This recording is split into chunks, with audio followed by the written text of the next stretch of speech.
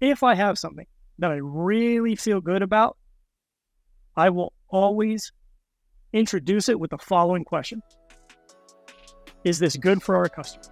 And I don't care if it makes me look good, feel good, whatever. If it's good for the customers, then it's a good thing to do.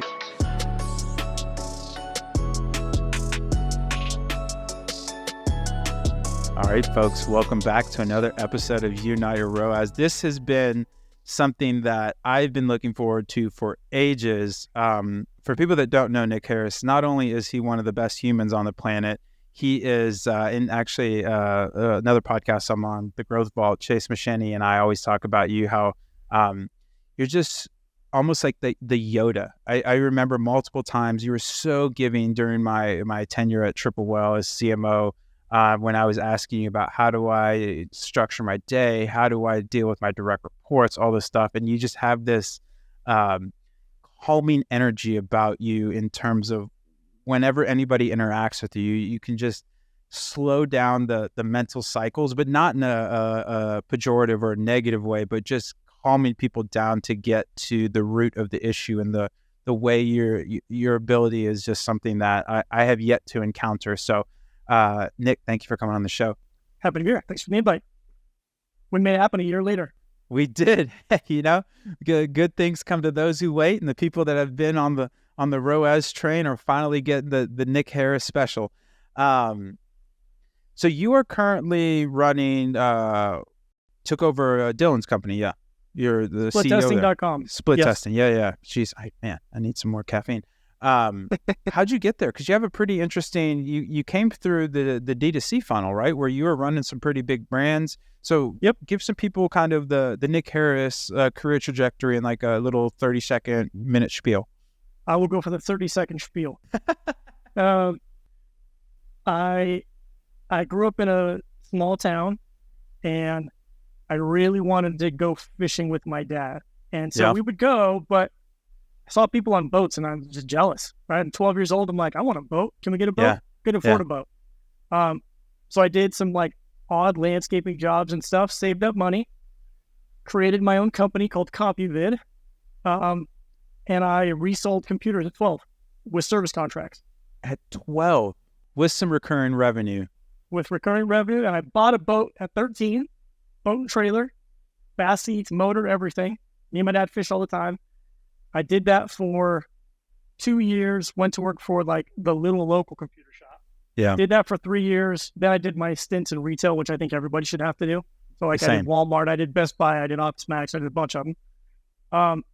And then I don't know, somehow I landed, fortunately, in some very big corporations early on in my like career tenure. Learned a tremendous amount from bad leaders, and I learned a little bit from some good leaders I had. Then I got burnt out, did my own thing again, a couple times, sold those. And then, when I met Dylan, I was again burned out of leading marketing for several like mid-9-figure brands. Yeah, you were burning it down. You were a lot on your shoulders for sure when we talked. And most of that change was because I have kids and I want to be present. So I love that. So I went for happiness, and it's not looking back. I'm way better with the choice I made. Yeah, and I think not only that, it's not only do you show up better in the people's lives that really matter, I think you actually do better work. I mean, there's definitely for me, I just know there was times at Triple Whale when I couldn't turn off, and I wish I would have, because you get to a place of diminishing returns where it's like, dude, I'm working 60 or 70% of my capacity. Like just go take a break, take a day off, do something, recharge, and then you can get back at it 100% again. And it also, I think there's a reserve tank that once you start tapping into and you don't refill that, that's, I think, the genesis of burnout, and burnout's a real thing, man. This is a big area for me. This is where I infamously beg my team constantly to do less. In fact, like about a month ago, I called in a bunch of senior members of our team to a WeWork. Yeah. And the agenda over 2 days was, what can we do less of? What can we stop doing? And what new boundaries can we create? because burnout's coming. And that's something that is, again, going back to my Yoda analogy, that's something that's really hard to see, right? Because everybody wants growth through addition, through additive stuff, where it's like you can get a lot of growth through reduction. And honestly, a lot of times it's better because not only are you trimming the fat, but you're building systems and you're building things in place where you get just, in a weird way, more buy-in. So you get more output for less, which is that's literally what efficiency is, right? Like you're putting less into the system and getting more out. Like I did that 100% for the care of my team. Didn't care about growth. That will come by way of them being healthier, happier, and giving in the areas that make sense. 100%. Oh man, I love that. And that's one of the things that I think is so fascinating. So I guess we could just jump into it then. So one of the things that I really got from you was communicating with my team and communicating my direct reports. How do you think, one, I guess, do you think it is personality based? Like, is there, horses for courses? And then two, is there any sort of, I don't want to use the term best practices, but more so like frameworks that people can then nuance to their situation that you really like to lean on or implement? Yeah. I don't know if they fit into any of those buckets, but I'll try. So I for some reason, I don't know how I stumbled upon this when I was very young, but I believe that people will always act with rational self-interest. At the end of the day, they might up front do something that's like selfless, but they're hoping for a reward of something. Which by definition isn't selfless. Right. Yep. Right. No, I'm with you. Yep. So for me, and I think I just shot this off the other day, I've always played to like the intrinsic value of a thing. That's where people do their best. So in rational self-interest, in following that, when I'm bringing on anybody, it doesn't really matter about their personality, because the things I care about is, if you're left to your own, are you going to do a good job? Right. Right? Autonomy. Are you going to communicate well with the team or with me? Kind of binary, yes or no, right? Yep. Competence. I spend a tremendous amount of my time ensuring that people have the skills to do the job, because then their ability, their willingness, their confidence to take on things just becomes innate. Yes. Right? The only thing I would add on to that, maybe, and this sort of does depend maybe on who the person is, like seniority-wise in their career, like junior versus people that have been around a long time, is I will often extend my time 100% to them, right? Everybody that comes on the team, they get that speech from me, like, I'm here for you in and out of business. If you need something, you let me know. I will help if I can. If they're very junior, I may not offer that up at 100%, because there is some trial that people have to go through, right? Yes. Like you just have to, sometimes you just have to grind. You just got to figure it out. Yes. So yeah, I guess that maybe that's an answer. Yeah, no, I loved it. I'm very much of the same ilk of, I think people take the path of least resistance, and I think people I don't think people are good and bad. I think people do what they're incentivized to do.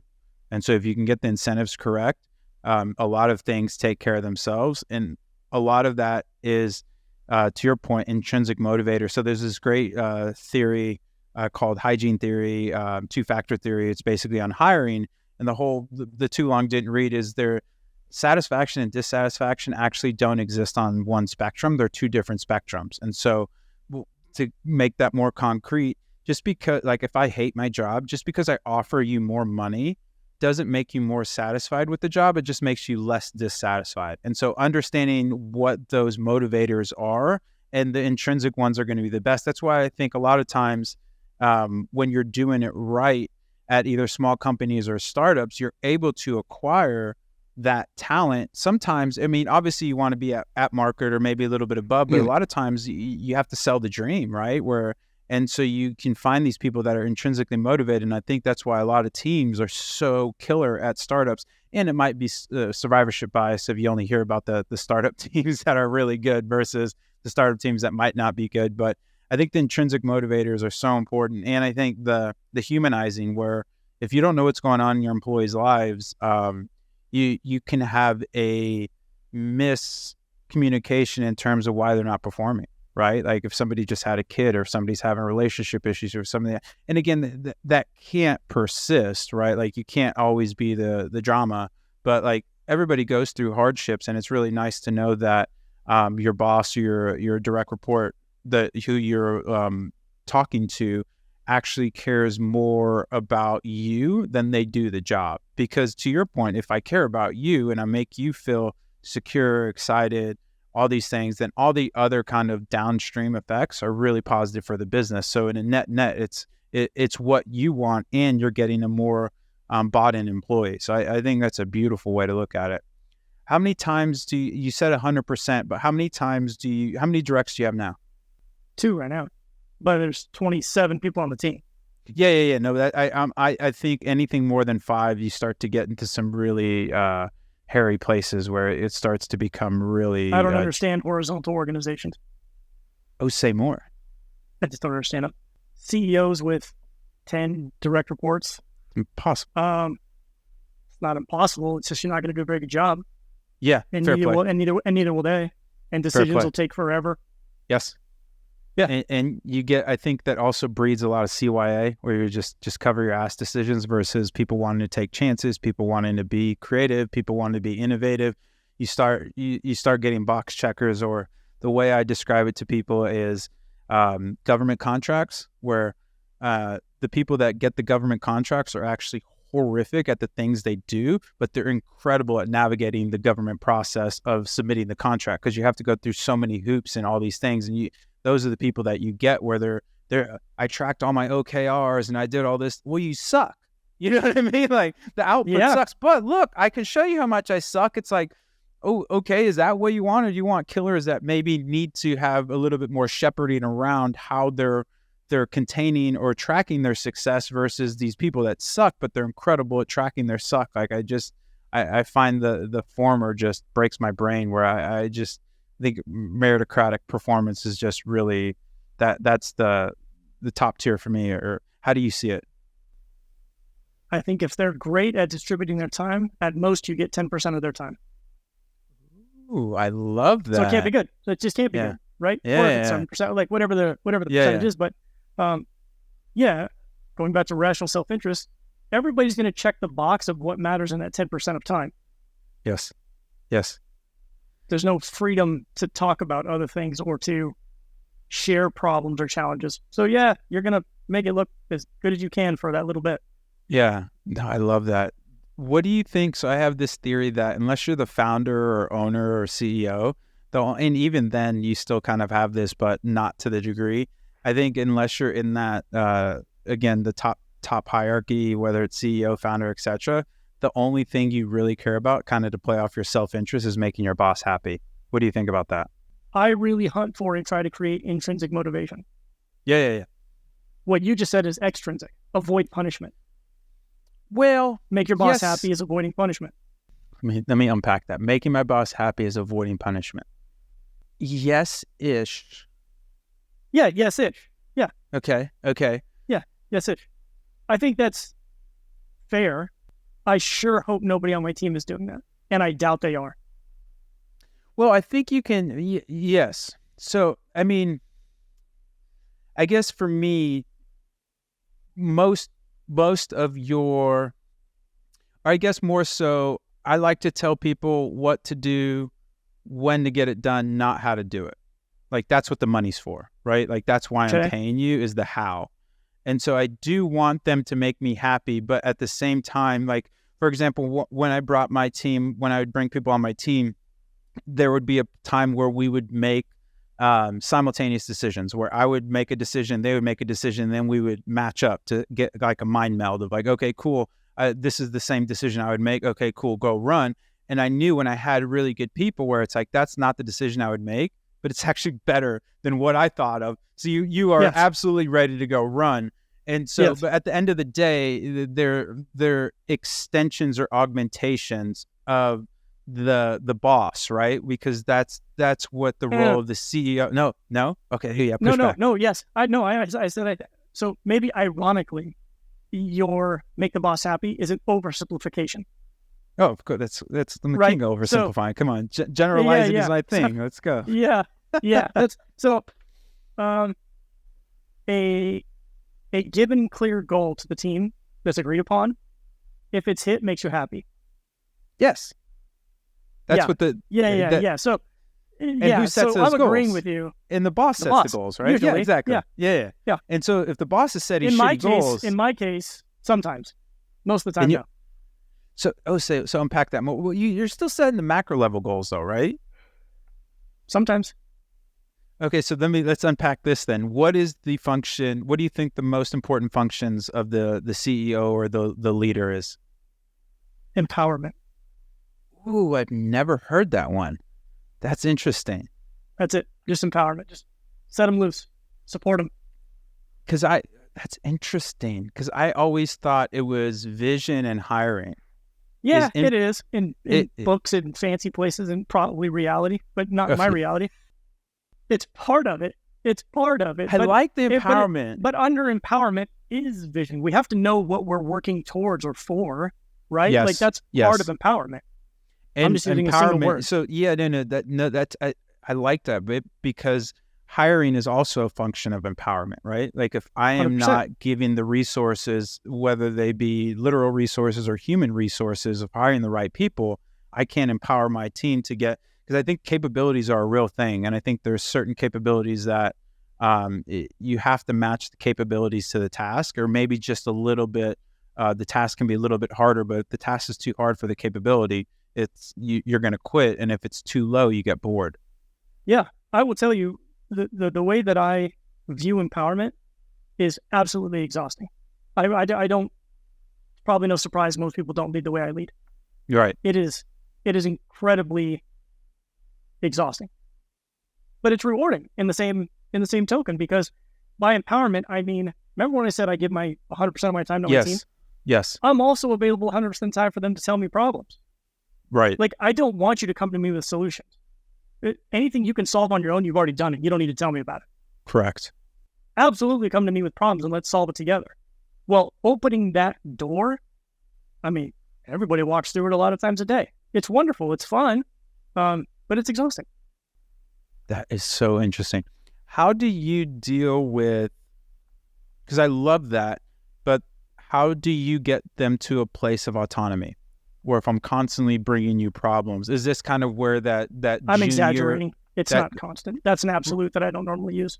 Okay, tracking. So, but is that kind of what you were talking about then, why you don't necessarily afford that to junior people, because they don't have the concept yet of like, hey, I need to fail, cross this bridge, build a bridge, figure out to do that. And then if there is some insurmountable thing, then I'll bring it to you. Whereas when you're more senior, you really only bring kind of the existential issues where it's like, Nick, I love you, man. I've been banging my head against this. I've tried X, Y, and Z. Nothing is working. Do you have a take on it? Because that feels like a more fruitful conversation than asking you for answers versus asking you for input. Yes, junior people are not great at identifying the problems that require my attention. Perfect. That's very well put. I like that a lot. How do you build a culture around this? Like, because a lot of it builds itself. Funny enough. Yeah, that's because there's there's the culture in the handbook and there's the culture in real life, where I've done 2 stints of jobs where we had unlimited PTO. And let me tell you, folks, that is if you have a place that has unlimited PTO, there's 2 questions to ask. When was the last time somebody took a vacation and for how long? Because I guarantee you the answer is never and no one. And it's the biggest hack in the world. I hate it. I feel like it's the most disingenuous. It doesn't set boundaries. It is really, and this is just obviously from my experience, but I have talked to multiple people that have had the same experience as me. And so I don't know really where I was going with that. Oh, more so the cultural thing, right? Of like when you get people, but you have to be the beacon of that culture, right? Like you are the person that sets those trends that then proliferates it into it. What happens if you see the cultural norms start to shift in a way that you don't like? In 16 years, they haven't. But They let haven't. me play. No, but let me play on what you just said about unlimited PTO. Yeah. Let me tell you how that works on my teams. Yes. Okay. We do have unlimited PTO. Okay. But it is not stated that way. Here's how it is stated. Here's how it is represented. If you want to take time off, you ask your team. You don't ask me. You ask the people that are going to have to do your job when you're away. If they say it's okay, then go. When that happens, what happens almost instantly is everybody starts taking vacation because they're owed it, because they supported somebody else who took a vacation. Interesting. It's the easiest thing ever. There's zero management involved. Somebody asked me if they want time off. I don't know. Is your team going to do your work? Have you talked to your clients? Have you told them? If everybody is okay with it, go. I don't care. I'm not going to do your work. So tell whoever's going to do it. I love that. And now everybody takes vacations and everybody disconnects and they don't worry about a thing. They don't even check in. They have no need to. Their team agreed to it. They're all accountable. That's beautiful. That is really beautiful. How do you structure your team in terms of like the literal nitty gritty in terms of the hierarchy? So you're sitting at the top and then you have 2 direct reports, so 2 lieutenants under you. And then how does it fan out from there? I will answer that, but I don't think I did a great job of answering culture for you and how it forms. Okay, yeah. Right? Pontificate, go for it. Yeah. So with the intrinsic motivators, it sort of instills in people, especially in a remote world, it makes them communicate with each other. Yes. I don't exactly know why that is, but I've talked to a lot of people. I've seen a lot of information about people struggling managing remote teams or even hybrid teams or whatever. Every single one of my teams, and several times I've had the exact same team that was in office, then went hybrid, then went remote, or some version of that. Sure. They always do better remote. Always. Interesting. And I don't know that I can take credit for that. I think it's just human nature that when the boss is not on you or your boss is not on you, you fill your time by talking to people. I do it. Couldn't agree with you more there. I feel like, in my opinion, it's harder to hide as a low performer in a remote environment than it is in an office environment, just because of the things you mentioned, where it's like, I can grab ass, I can talk at the water cooler, I can go see Sally, I can go see Bill, and there's these ways to fill time that aren't, one of the things that startups gave us was a horrible idea of like this really cool open layout. And I used to work at Whole Foods, and it was this glorious, like beautiful office, but it was all open, and it was, I mean, obviously the big bosses had their own closed door offices, but everybody else is in like this bullpen style. It was horrific for me because I'm squirrel. Like I love to talk. I love to chat with people. I love to, integrate. But it was a really big challenge. And so I definitely think remote helps that a lot, but I agree with you that I think it's harder to hide in a remote environment because you don't have these fillers that you would naturally get in an in-office environment. I do have another take that is, I guess, antithetical to that one, where if there is an in-office environment, I think promotion is a function of trust, and trust is a function of exposure. And so if you, all things being equal, the person in office that is performing just as well as the person remote gets the promotion versus the person that isn't remote. Do you have a take on that? Yeah, I think you're talking about relationships. Right. But that's what work is, candidly, right? Like if somebody likes you, a lot of it, trusts you, knows you, that, because I've had people that are incredible but horrible team players, and they have to be off site. They're almost their lone wolf, and they're fantastic, and I don't want to lose them because they're so talent rich, but they can't integrate. And it takes, for what I've seen is, it takes one person to blow up a culture. It's like you're having this really fun party, and that one awkward person comes in and everything gets weird. Now you need rules. Now you need all these things, where it's like, when you have the right team together, to your point, it's almost self-organizing, right? But then you get that wrong person in there. Now we have to have SOPs. Now we have to have things that like codify what we were talking about. And that kind of takes away from the whole point of that nebulous awesomeness that people just understood. Am I off I hope there? you can pull this. No, I hope you can pull this out of me. So B players don't last long on my team. Love that. They might last a while if their boss keeps vouching for them, or if somebody keeps doing their job. Yep. But that also becomes self-evident, because then the person who's covering for them performance wanes, and then when I ask, they're like, "Oh, I'm doing this." Right. So then they're gone. Yeah, I don't know about the promotion thing. I would say that is the norm, right? That's like 9 out of 10 I'm not businesses, saying it's or right or wrong. No. But for myself, the person that gets promoted into any job is because they're the right person for the job that's required, right? Like I don't just promote people because they've done the time. That's not how it works. Like if we have a need and somebody can fill the need and it's not the person that everybody expects, I'm okay with that. Yeah, no, I'm totally tracking. I guess ultimately where I'm saying is a lot of that promotion is a function of trust. Of course. Because I can trust you I'm giving you more responsibility, and I trust that you can get things done. And you think that happens more in office? I just think it's a function of exposure.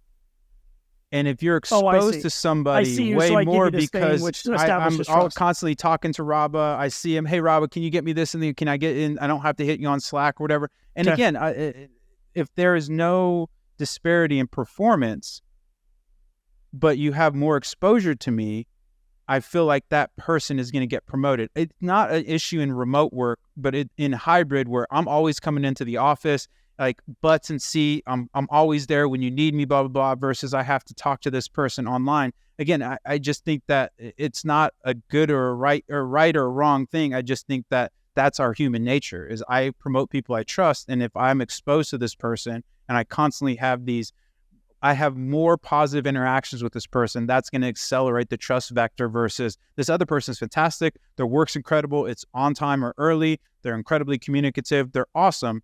But I don't have the same exposure to them that I do to the online person. I think that's very logical. Yeah, I'll take that from you. That's a Yoda yes. That's a Yoda yes. I think that's very logical. Yeah. Yeah, and again, I don't think it's a good or a bad thing. It's just there's a certain aspect of you can get mad at the game or you can play the game, and I don't think that. Yeah, for me, it's you more don't want to manipulate people, but yeah, what I kept hearing when you were saying that is it's a function of boundaries. Like I will ask people that report 2 or 3 layers down from me a question. Yes. But I will always throw in a caveat, like, you can tell me no, you can tell me this is not your job. I don't know. You're the name that popped in my head because I think it's related to you. Yes. If it's not, tell me who to go to. That's my way of telling them, like, don't do this if it's not in your wheelhouse, because that's not what I'm asking. Well, this is something you actually gave me, because there's a great book by Gretchen Rubin called Better Than Before, and she puts people in the archetypes, and I'm not usually all for generalizing, but sometimes frameworks can be helpful to understand the deeper layers that your personality is saying, oh, I'm not that person. I'm absolutely an obliger. I'm actually, one of my big things this year is getting better at saying no, and I actually came across some guy that gave me like a 3-step framework of appreciate the response, give your priorities, and then list why you can't do it, kind of thing. And it was really nice for me to, I just say yes to everything.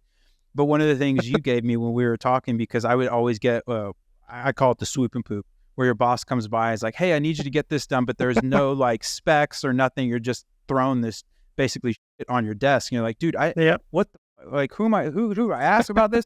And it's what you gave me was really awesome, where it's like, you need to break it down for your boss, because candidly, a lot of these people don't have a clue what you're doing, nor do they care. They just know that you're the person that has done this in the past, so I go to this person.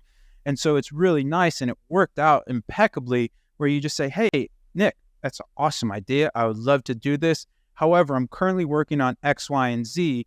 Do you want me to stop working on X, Y, and Z to accomplish the thing that you just gave me? And that instantly puts that either stopping in the boss, or like, oh, you know what? Don't even worry about it. I'll go get somebody else to do it. Or it gives them a trade-off where you understand, because the thing is, man, and I don't want to say bad bosses, but hard-charging bosses don't have a very good recognition of boundaries. And it's your job as an employee to get, because they also don't know what you're working on, candidly, too. Like a lot of times they're trying to grow the company. They're trying to hire the best people. They have all these other higher level. The priorities are different. Perfectly put. Perfectly. The lens they see the world through is just different than yours.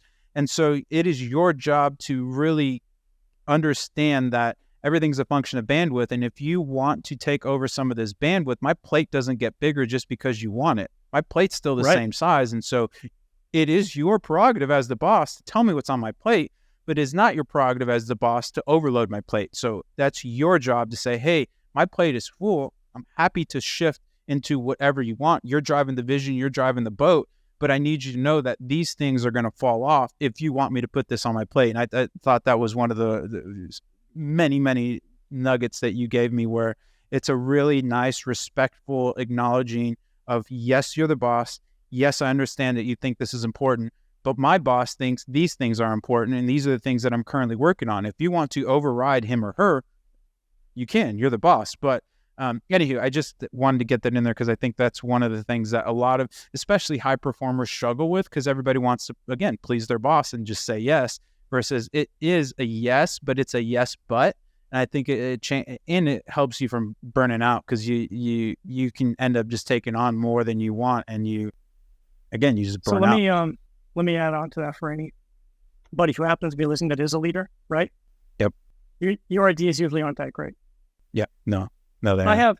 I have so many ideas all day long that I would love to hand over to my team to validate, invalidate, to move forward, to just investigate, to explore, to whatever, right? They are mostly giant waste of time. Yes. If I have something that I really feel good about, I will always introduce it with the following question. Is this good for our customers? That's it. Love That's all I care that. about. That's all I care about. I don't care if it makes me look good, feel good, whatever. If it's good for the customers, then it's a good thing to do. And those ideas, frankly, don't come very frequently. If that's the lens the leaders used, 90% of the ideas get tossed in the trash.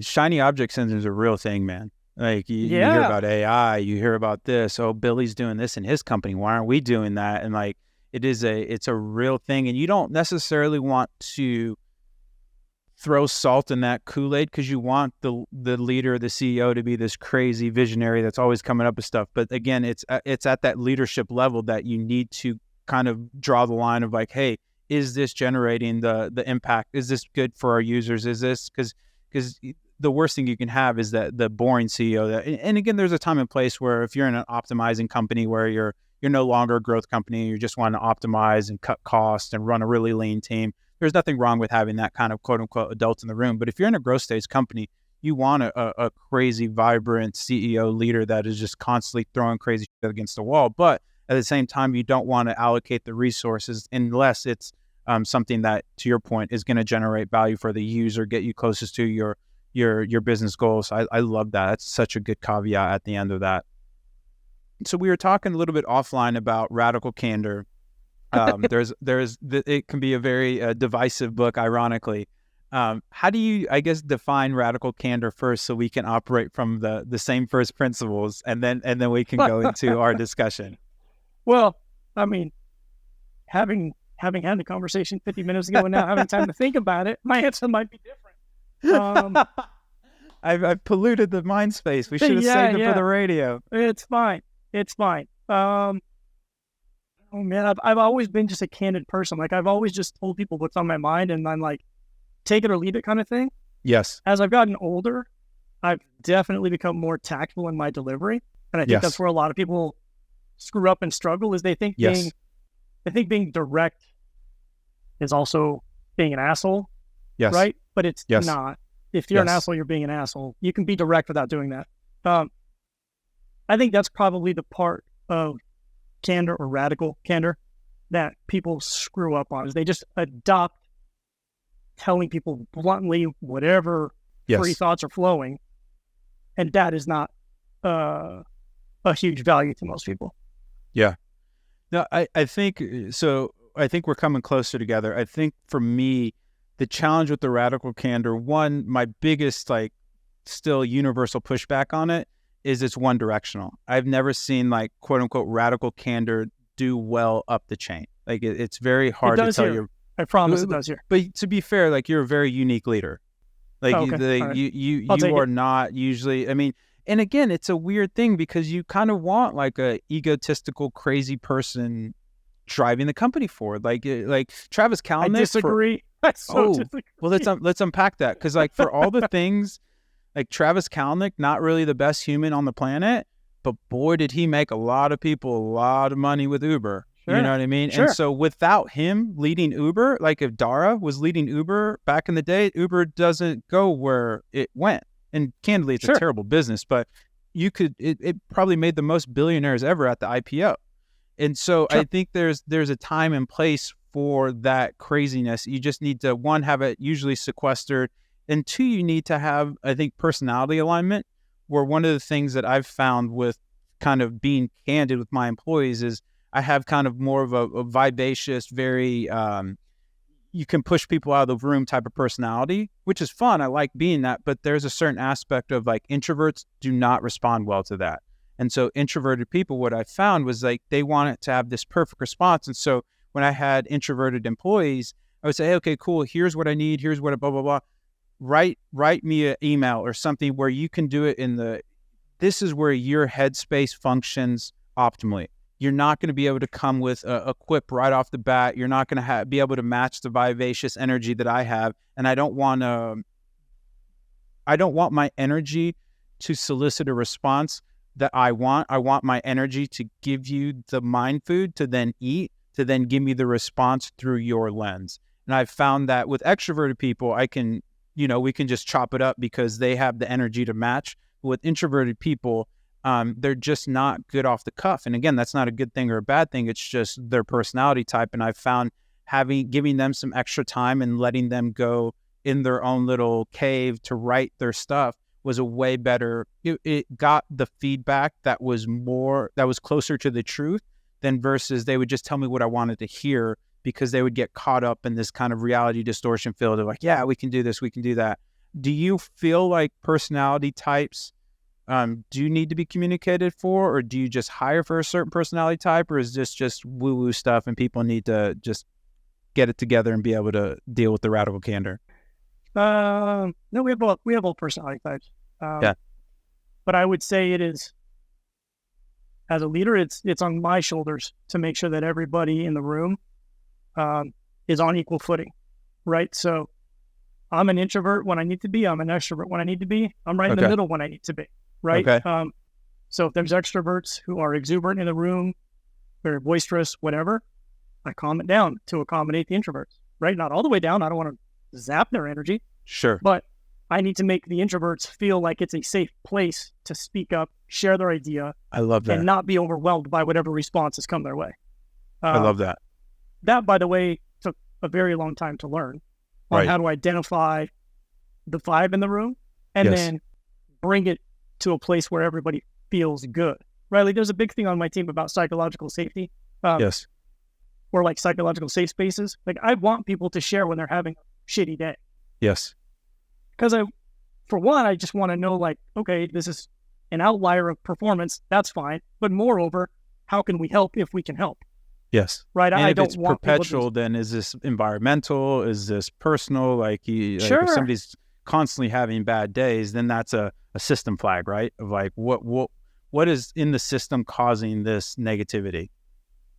If it's work related, sure. But sometimes it's, like I've had employees before where I just was like, I got them in touch with a psychiatrist or something because they were embarrassed and didn't want to do it, or they didn't know how because they were young, right? Like but without that interaction and them feeling okay to tell me without fear of judgment or whatever.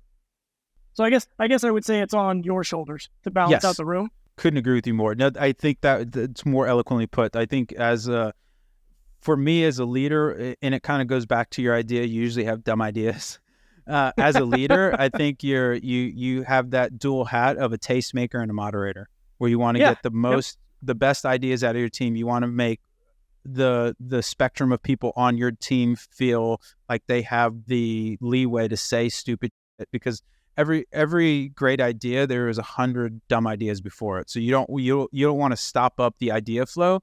But I think as a leader, you also need to be able to pick that one nugget out of it. That's really awesome. Now, how are we going to operationalize the team around this one idea?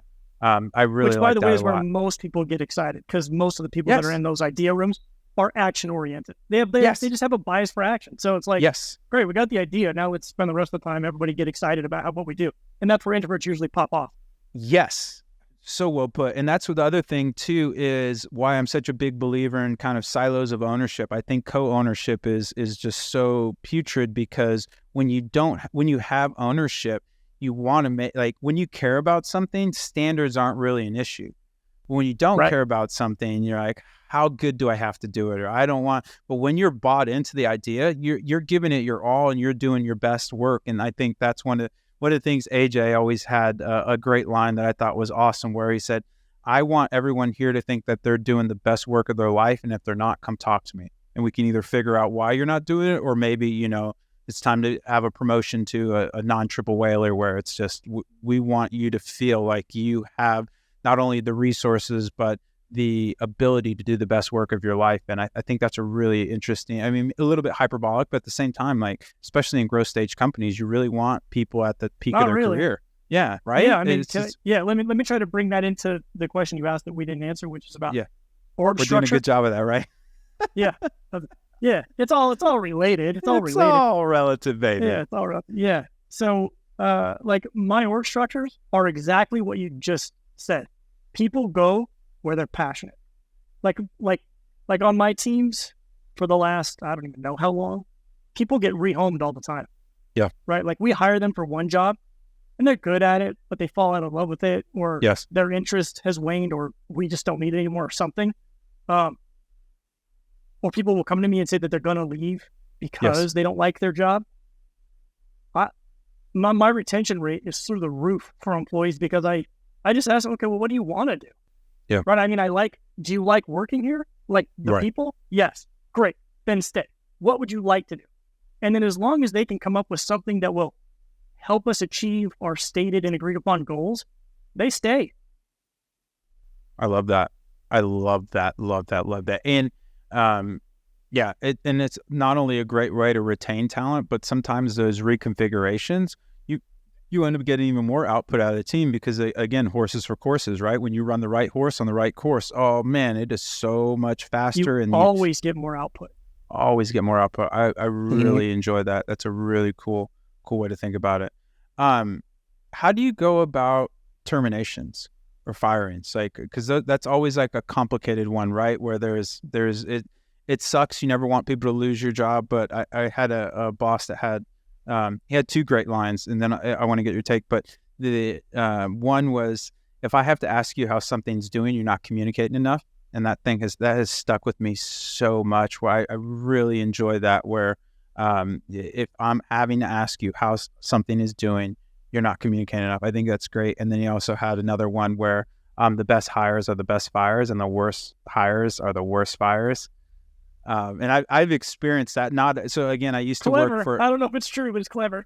No, because usually the people that you hire that are great, and then it's like, hey man, for like street terminology, real recognize real, where it's like, hey man, you're awesome, but you're just not the fit for the company. You're going to do great things. It's just not going to be here. Here's a severance. See you later.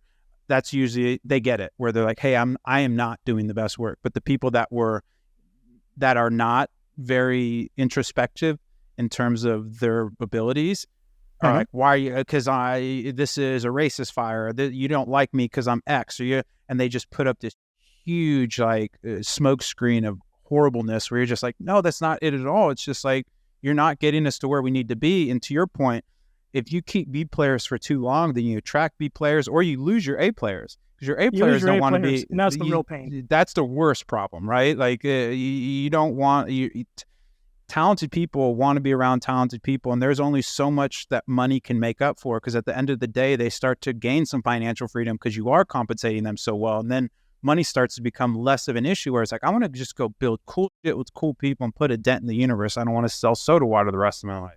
All right, I'm going to circle back on the last part. So the first part you said about, I don't know, if you're not communicating it, you're whatever. What did you say? What was it? If I have to ask you how something's doing, you're not communicating enough. Boy, every boss tells me I don't communicate enough. It's okay. It's okay. Hey, I guess different strokes, different folks. No. There's a reason for that.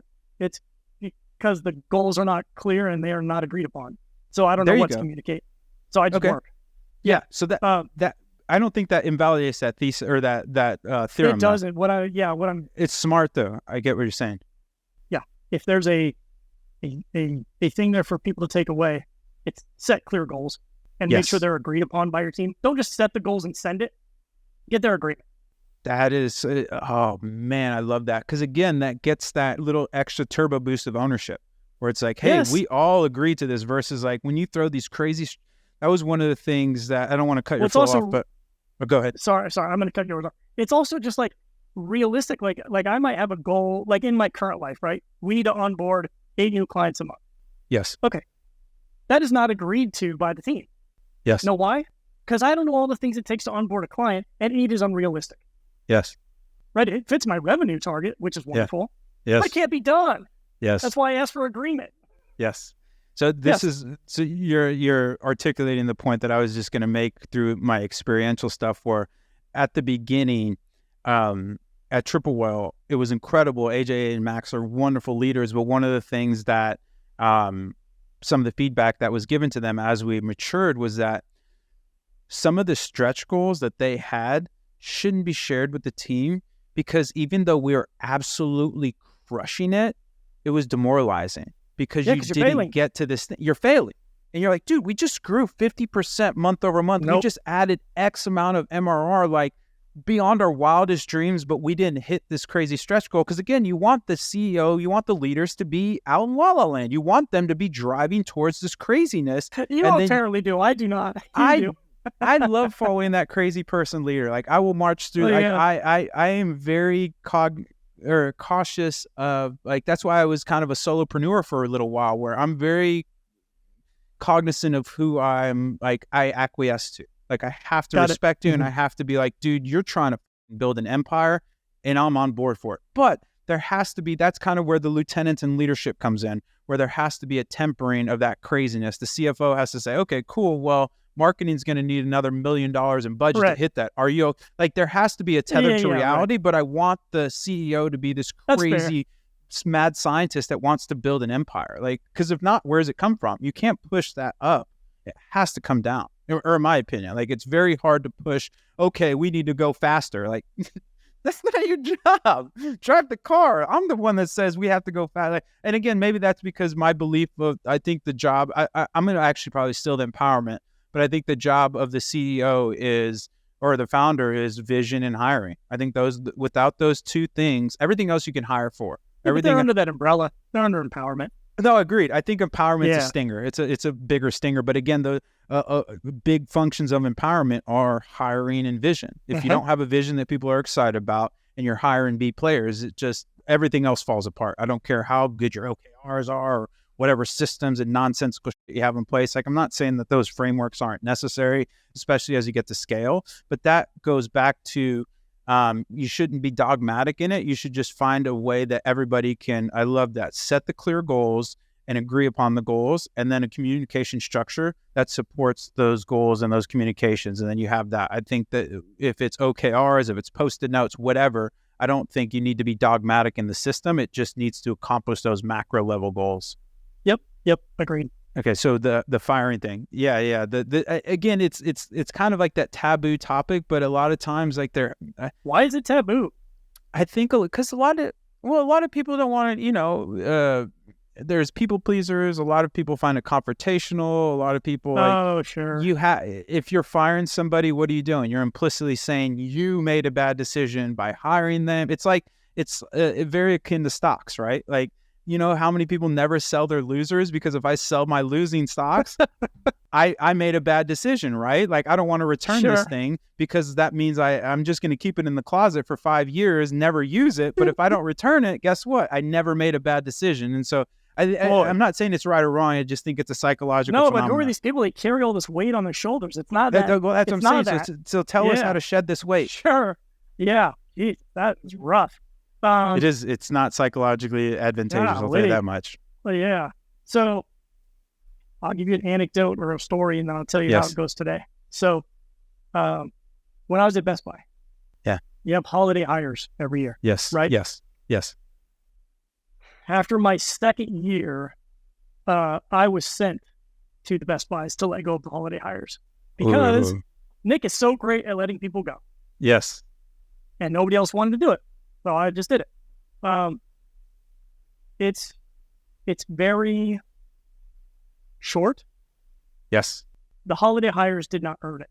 Anybody on my teams in the last decade or so, you earn it. You're being let go because you didn't hold up your end of the bargain. That's the only way you get let go, right? I talked about rehoming people, right? Like, we will find you a place if you're a valuable member of the team, but you earn that every day. You earn it. So anybody who's let go on my teams now, if it's a surprise, it's only because they're not paying attention. And I can't help that, right? And I wouldn't pretend that I can help that. Right. And that's also a function of probably why they're getting fired, is that they don't have that introspection of like, hey, I'm not performing. I need to go to my boss and say, hey. No, not introspection. No, what I'm going to, so like, we will have conversations like, hey, this is not going well for you. Tracking. Okay. That's pretty bad. Here's a performance improvement plan. Yes. Here's whatever. Right. Yes. And that will happen a fair amount of time, not to a total debt of management, but we will do it a couple times because we believed in who you were when you started. Yes. We believed in who you said you could be when you started. Yes. We believe in the aspirations and goals you've shared with us since you've been here. What is going on? Yes. If it's outside of work, let us help you. Yes. If it is strictly inside of work, then maybe it's not a good fit, right? And so when it comes to the day, man, it's quick. It's less than like a 3-minute talk. I think that's so spot on, man. I think there's, it's almost like a don't fuck with my money kind of conversation of just like, hey man, here's what's happening. Like it sounds terrible, but the colder, more succinct you can be, the more transparent the communication is. And then it's just done, because if you leave any bit of hope in there, that's false hope. It makes it even worse, where it's just like, hey, you're here because we're letting you go. Here's your severance. Here's what's happening. We wish you the best. If you have any questions, ping us. And like, I found that's the same thing where you don't need any like clever, and it just get in there, get it done. It's not about you as the person letting them go. That's where people really make it difficult, is they make it about them. Right. Yes. But if you go back to like, remember the clearly stated and agreed upon goals? Yes. That's perfect. It will be no mystery. It will be no mystery, because everybody on my team in every single position has clearly stated and agreed upon goals. So it's very straightforward. Man, that's beautiful. What a masterclass in management. I would work for you any day, Nick. What else do we not talk about? We talked about hiring. We talked about firing. We talked about team communication. We can hierarchy. talk about whatever you want. I know, this has been so good. I guess I just really want to bring value to whoever's listening. So if there's something that's top of mind, always on brand. Let's just always do it. on brand. Always on brand. I love it. What do you think what are some good hiring questions? Like, how do you, when you're sizing someone up for a role, what are some kind of either, and maybe you don't need to give like verbatim questions, but like just the psychology in terms of like, is there red flags? Is there white flag? I don't know what the opposite of a red flag would be. A green what flag? is it? I don't know. A thumbs up? Is there any thumbs up? A checkered flag for go, right? Yeah, because I know personally, I prefer people with failures versus somebody that's never failed, because I know that can pick up the one. I think people, or one of the things that I hired on was my management style. I know how I am, and I know who I am, and I know how I get the best out of people. And if you don't fit into that, then I'm not going to get the best out of you, and I don't care what your capabilities are. Or I'd put you as my lone wolf, where it's like you're just this mad scientist. I give you money, I put pizza under the door every now and then, and you spit out all the stuff I want. Again, there's people that are so talented that you can't. For me, I couldn't give up the talent, but I knew that I couldn't integrate them into my team because they weren't team players, but they could give me so much output on their own that I was fine with it. But the thing for the team, I needed to make sure that you could tell me one of my big kind of pet peeves, and I guess you're not supposed to have pet peeves as managers, but one of my big pet peeves is people that obfuscate failure. I don't care that you failed, but you need to be able to tell me. Like I was trying to get people away from thinking of failure and success and thinking in the scientific method of like, here's my hypothesis, here's what I think is going to happen, here's the resources I'm going to need, here's what I think, here's what I'm going to output, etc. You do a postmortem, where did it land? Because the challenge is you can get into a place where it's a great system and you just caught 20% of the unsuccessful rate versus the 80%, but you'll take that bet all day. And so you don't want to have people scared to fail. But I know a lot of people that have experienced only success in their life. They can get crushed by the first failure. And so that's why I really like people that took risks and failed, because they can adapt and it's okay to fail. Like, not everybody's going to be right all the time. And I want to have some risk in their profile or in the portfolio, but I don't want to have people that won't be responsible and that won't take ownership when things go bad. Those are the things that I didn't have a very good psychological mechanism to deal with. I would get angry, where it's just like, dude, it's okay that you failed, but you need to say, hey, this is my job, and my job did not go to where I committed to it was going to go. Like, to your point, the goals were agreed upon and shared, and I just missed. That's fine. Here's how I'm going to do better in the future. Like, there's nothing wrong with that. And I just found that high performers that haven't had that failure or that big failure yet can sometimes be like carbon fiber, where they're this perfect material, but once they break, it's just shattering. Yeah, I could see that. I don't. I guess I'm just maybe I'm not. I'm not saying anymore, it's the right thing to do. Yeah, I'm not saying it's the right or wrong thing to do. This is not a right or wrong thing. That's fair. It was the successful system. Humans. Exactly. It was a successful system that the people I wanted to work with needed a certain vibe. Like, one of the questions I would ask myself was, and again, this was a super small team, right? We're talking 5 to 10 people, so you can have it tight. When you start to get headcount things, because the other thing is, I only hired my directs. My directs got to hire their directs. Like, I don't care who's on your team, because you're just responsible to me for what I agree upon, and those are your resources to deploy however you need to get to the goals that I give you that we agree upon. So I didn't hire any of the people that were under my directs, but I just knew that the team that I wanted needed to have a certain psychological profile that fit with mine, because that then enabled communication to be at a more productive level. Got it. No, that's a beautiful. Give me your take. Yeah, I will, at almost any level of the organization, I will take people who are good to great communicators and have a work ethic that I don't have to reinforce. Yes. Over almost anything else. Like, I will forego and or anything to get those people. The reason for that is if there's a failure, it is known that it's Nick's failure. It's not theirs. It's not theirs. If I, at the end of the day, I'm responsible for whatever we do as a company, right? Yes, but let me give you a wartime example. If you're the general and you're running the army, but your commander loses the battle, that's definitely on your commander, no? Nope, it's definitely on you. So I don't necessarily vibe with that. And again, I don't really. Yeah, I think maybe yours is like an edge example that I don't totally relate with. Okay. Like sports analogies, I don't get sports. That's why the sporty ball is the same. But in this case, I will give you like just real examples. Yes. At splittesting.com, we run tests on customers' websites. Yes. Our customers make money by people being able to check out on their websites and give them money, right? Yes. If one of our tests introduces a bug that does not allow their customers to give them money, that is 100% my fault. Now, in reality, can I check every test? No. But I can be sure that my reports and their reports and the people executing the test have the right systems, the right processes, the right QA, the right resources, the whatever. And that is 100% on me. It is not. It. Okay. I'll have a conversation with them.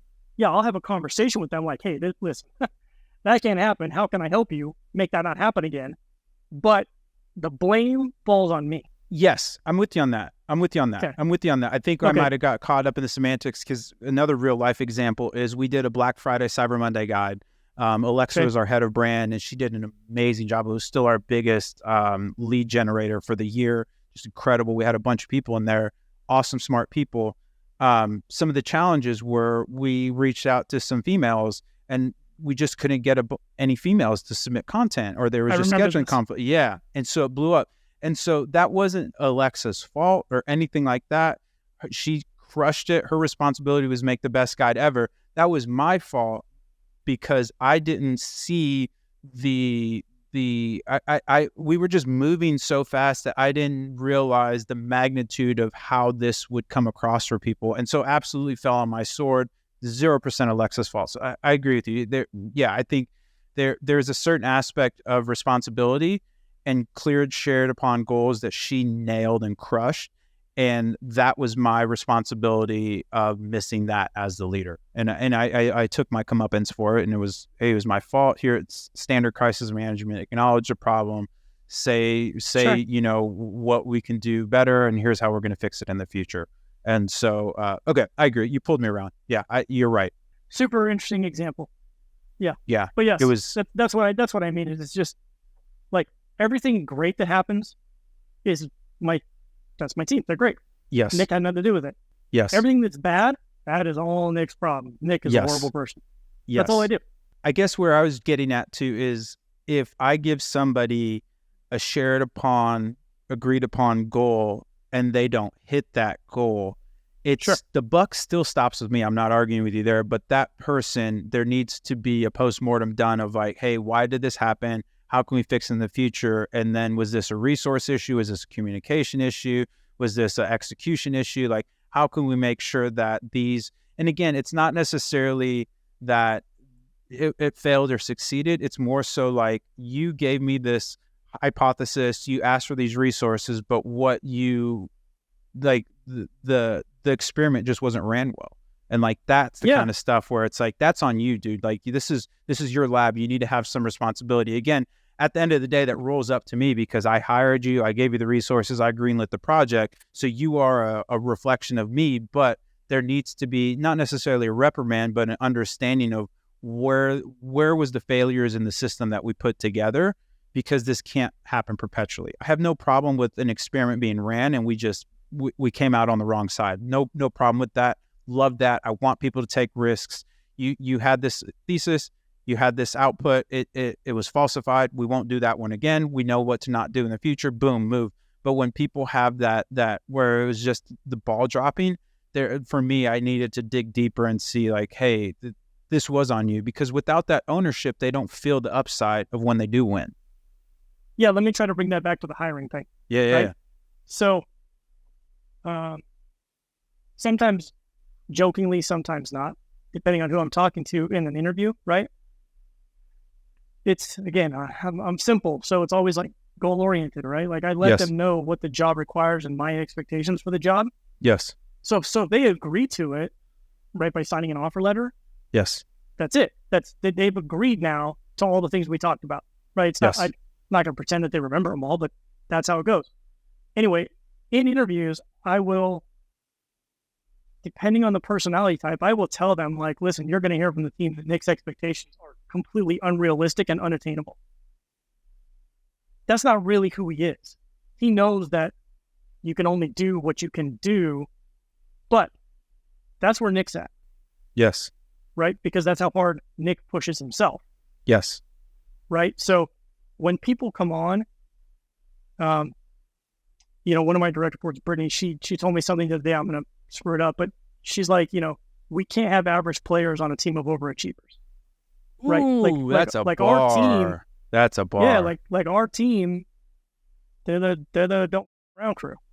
Dude, that's it. Right? That's for so me. It's like, so when we hire people, we know really early on in the interview process if they're going to be able to hang or not. Yes. But that's because we have all worked together a long time. I'm very clear in my communication on what we expect. Yes. And so when you agree and you sign, you know what you're getting. That's why our attrition rate is so low in employees, because they knew what they were getting. Yes. Yeah. No, I Yeah. love that. And that was one thing to your point of work ethic, et cetera, et cetera. Like I would basically encapsulate that in one word with vibe, where it's like I hired really on vibe over talent. Like, again, if there was somebody that was crazy genius talent and they were just horrible human, I'd hire them, but they're offsited into the Guantanamo Bay, and then they can send me all the awesomeness. I can't have them touching the team. Sure. But yeah, I'm with. There was a kind of, I don't know if you necessarily need this. It's just how I hired. But like, I had this thought experiment of like, if I was with this person at the airport, my flight got canceled, would I be mad or not? You know, like I have to hang out with this person for another 5 hours or something like that. All right, if that was the thing, I'd never get hired by anybody. No, I mean, this is, to be fair, I was building a very intimate team. Like things change when you start to, I think after 5 to 10 people, things can get different because you're having your directs hiring you. But man, you're just such an absolute masterclass at people hiring, management. I love it. You ready to have some fun? Some rapid fire? Sure. All right, let's do it. Arizona, overrated, underrated? And I'm asking you the heat. Okay, you can have the accurately rated. I'm asking you at a $1.16 right now. Yeah, because right now I'd say overrated. It's hot as OKRs, overrated, underrated? a waste of time. So I guess underrated. Barbie marketing campaign, overrated, underrated? What'd you think? How did they do? I mean, I would say they did a good job, but like, accurately rated. I don't know. It's all relative. Like the budgets are insane. You might as well do something with the money. They had more. I was reading more budget for marketing than the production actually cost at $1.50. Right, and the whole point is to sell Barbies, which they'll do, and they'll make money because I'm sure cogs on Barbie dolls is cheap. Yeah. I was enamored with it, but I can take your pessimism. Meta threads, overrated, underrated? The new Twitters. Overrated. Overrated. I totally missed that one. I was so bullish on it, and I totally the analysis was horrible. Community events, overrated, underrated? I don't go to them, but I think they're underrated. Ooh, I love that. It's good. Twitter rebranding to X, overrated, underrated? Depending on your time horizon, but who cares? You're the best. If split testing could collab with anyone, budget agnostic, who are you collabing with for split testing? Shopify. Ooh, let's make it happen, Harley. Favorite meal and why? It would probably be my mom's shepherd's pie because it was one of my dad's favorites. Shepherd's pie, when done well, very, very good. Favorite place to travel to and why? About 3.5 hours east of here in the woods for camping because it's peaceful. Whereabouts? Like Payson or? No, it's a place called Big Lake up by Greer. Okay. Yeah, because I was actually born in Tucson. I did a little stint in Mesa in Phoenix and then got out to Indiana. Yeah, we go up by Alpine Greer, close to New Mexico. Yeah, it's beautiful out there, man. I mean, that's the one thing I miss with Texas. Like, it's 8 hours just to get out of the state in Austin. I love road tripping to the Four Corners. Like, I think southern Utah and what is that, northeast Arizona or northwest Arizona and southern Utah. Like, I've been to the Havasupai Falls, and it's some of the most beautiful part of the country, in my opinion. I love it up we there. were camping for 7 to 10 days. That's my shit. At one time. We have no access to anything. We're in the woods. I mean, I feel like I get decades back in my life because time just stops. 100%. And there's something about nature that I think is healing when you, especially if there's these big mountains or ocean or something where you realize how small you are in this massive universe. There's something woo-woo about it that I think is really, really actually helpful. Especially it's humbling. Humbling. Well, that's the other thing too. Nature doesn't give a fuck. Like, nature doesn't care if you live or die, and that's the craziest thing I've seen with nature. Because I almost died actually in Kauai. We did the Colorado Trail, and you realize how nature can go from like this beautiful, magnificent thing to this just gnarly, like, holy crap, like this, I can just get swallowed up. I have no way of getting help or anything. It can be very interesting. But yeah, I mean, I'm a big nature guy. Love me some backpacking.